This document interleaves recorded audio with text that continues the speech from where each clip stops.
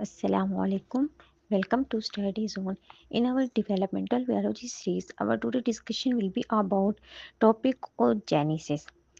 oogenesis की अगर हम डेफिनेशन की बात करें तो हम कहते हैं ये एक ऐसा प्रोसेस है जिसमें ओवरियन जो प्रीमोर्डियल जर्म सेल है उसके अंदर मौजूद डिप्लॉइड क्रोमैटिन मटेरियल ट्रांसफर हो जाता है हिप्लॉइड फीमेल गैमेट जैसे ओवम या एग कहा जाता है। oogenesis बेसिकली डिफरेंशिएशन है ओवम की। अब oogenesis का जो प्रोसेस है वो स्पर्मेटोजेनेसिस से किस तरह से डिफरेंस है, तो इनके दरमियान कुछ डिफरेंस पाया जाता है।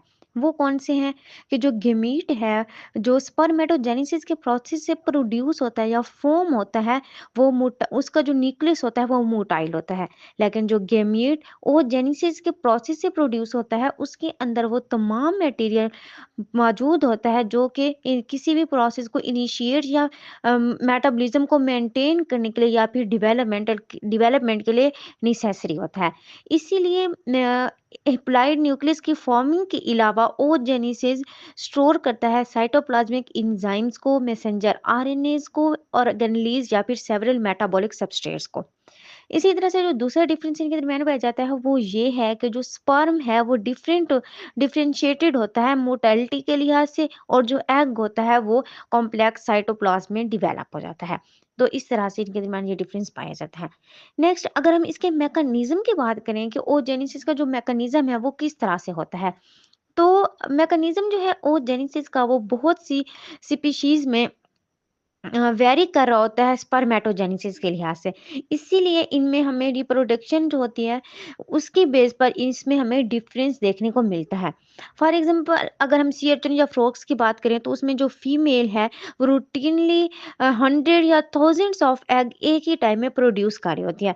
तो इन स्पीशीज में जो ओजेना है वो सेल्फ रिन्यूइंग स्टेम सेल्स हैं जो कि इंड्योर कर रहे होते हैं लाइफ टाइम ऑर्गेनिजम्स की।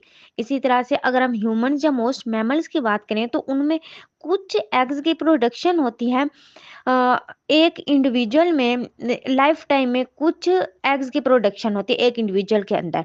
इसी तरह से इनमें जो ओजीना है वो डिवाइड हो जाता है लिमिटेड नंबर ऑफ एग के लिए जो कि फिर प्रिकर्सर सेल्स के तौर पर एक्ट कर रहे होते हैं।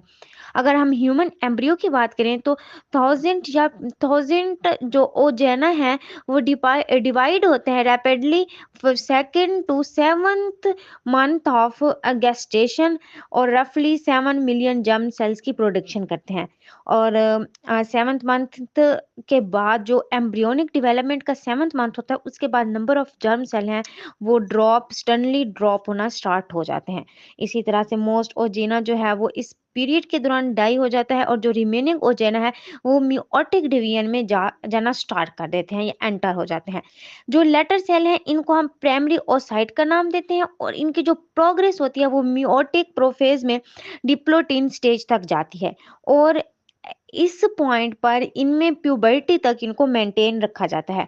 इसीलिए जो मियोटिक प्रोफेज है वो अरेस्ट हो जाता है डिप्लोटिन स्टेज में और रिजम्पशन हो जाती है प्यूबर्टी की। जबकि ऑनसेट ऑफ द जो एडोलेसेंस हैं वो ग्रुप ऑफ oocytes वो पीरियोडिकली मियोसिस में रिज्यूम होना स्टार्ट हो जाते हैं। इसीलिए ह्यूमन फीमेल जो है उनमें first first part of meiosis में एम्ब्रियो बनना स्टार्ट होता है और जो सिंगल टू रिज्यूम मियोसिस जो है वो रफली 12 ईयर लेटर उनमें देखने को मिलती है।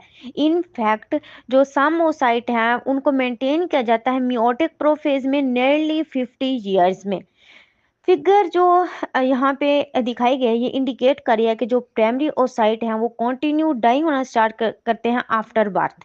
और of the millions of primary oocyte जो हैं वो बर्थ के दौरान प्रेजेंट होते हैं जिनमें ओनली अबाउट 400 मेच्योर जो सेल्स हैं during a women life time वो देखने को मिलते हैं।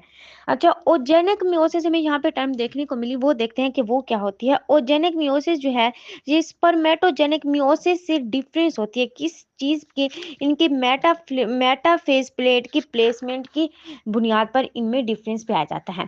इसी तरह से अगर हम इनकी डिवीजन ऑफ प्राइमरी oocyte की बात करें तो जो प्राइमरी oocyte है जब वो डिवाइड होता है तो इसके न्यूक्लियस को कहा जाता है जर्मिनल वेसिकल जिसकी ब्रेक डाउन होती है। इसी तरह से जो मेटाफेज स्पेंडल है वो माइग्रेट करते हैं सेल की पेरिफेरी के दरमियान, और टीलोफेज जो है, टीलोफेज पर ये जो one of the two daughter cells हैं वो कंटेन्स करते हैं कोई भी हार्डली साइटोप्लाज्म, जबकि जो अदर सेल्स होते हैं उनमें इंटायर वॉल्यूम ऑफ सेल की कॉन्स्टिट्यूशन का पाया जाता है। इसी तरह से जो स्मॉलर सेल्स हैं उनको फिर फर्स्ट पोलर बॉडी कहा जाता है, और जो लार्जर सेल है उनको सेकेंडरी ओसाइट का नाम दिया जाता है। इसी तरह से अगर हम डिवीजन ऑफ सेकेंडरी ओसाइट की बात करें तो during second division of meiosis एक सिमिलर अनइक्वल साइटोकाइनेसिस का जो प्रोसेस होता है वो टेक प्लेस होता है, और मोस्ट ऑफ द साइटोप्लाज्म जो है वो उसमें रिटेन होता है मैच्योर एग या ओवन, और एक सेकंड पोलर बॉडी जो है वो रिसीव करती है little more than a haploid nucleus. इसीलिए जो ओजेनिक मियोसिस है वो कंजर्व करती है volume of oocyte cytoplasm in a single cell rather than splitting it equally among four progeny. तो इस तरह से ये जो ओजेनेसिस का मैकेनिज्म है वो टेक प्लेस होता है मैमल्स में।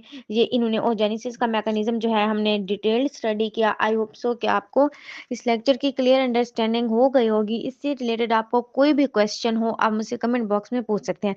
Thanks for watching my lecture.